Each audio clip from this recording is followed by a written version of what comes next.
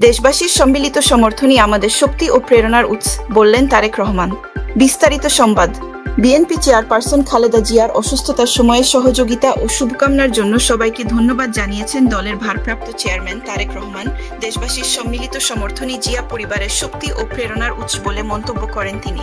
আজ মঙ্গলবার বেলা 11টার কিছু আগে নিজের ভেরিফাইড ফেসবুক পোস্টে দেওয়া এক স্ট্যাটাসে এ মন্তব্য করেন তারেক রহমান।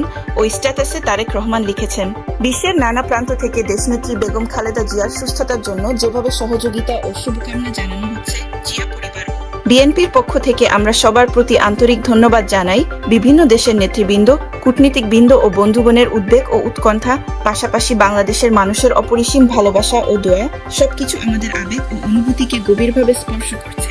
দেশবাসীর সম্মিলিত সমর্থনই আমাদের পরিবারের শক্তি ও প্রেরণার উৎস।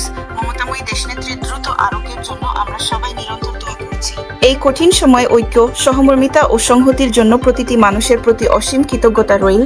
গুরুতর অসুস্থ হয়ে গত 23 নভেম্বর থেকে হাসপাতালে শয্যাশায়ী খালেদা জিয়া।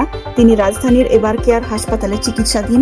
লিভারজনিত সংকট, কিডনির কর্মক্ষমতা হ্রাস, শ্বাসকষ্ট, ডায়াবেটিস সহ একাধিক শারীরিক জটিলতা একসঙ্গে দেখা দেওয়ায় তার চিকিৎসা আরও কঠিন হয়ে দাঁড়িয়েছে।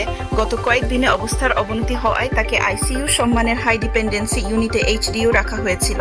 খালেদা জিয়ার শারীরিক অবস্থার হঠাৎ অবনতি হওয়ায় গত রোববার মধ্যরাতের পর তাকে আইসিইউতে স্থানান্তর করা হয় বলে জানা গেছে।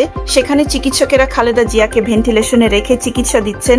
ওই স্ট্যাটাসে তারেক রহমান লিখেছেন, বিশ্বের নানা প্রান্ত থেকে দেশনেত্রী বেগম খালেদা জিয়ার সুস্থতার জন্য যেভাবে সহযোগিতা ও শুভকামনা জানানো হচ্ছে, জিয়া পরিবার ও বিএনপির পক্ষ থেকে আমরা সবার প্রতি আন্তরিক ধন্যবাদ জানাই। বিভিন্ন দেশের নেতৃবৃন্দ, কূটনীতিকবৃন্দ ও বন্ধুগণের উদ্বেগ ও উৎকণ্ঠা, পাশাপাশি বাংলাদেশের মানুষের অপরিসীম ভালোবাসা ও দোয়া, সবকিছু আমাদের আবেগ ও অনুভূতিকে গভীরভাবে স্পর্শ করছে।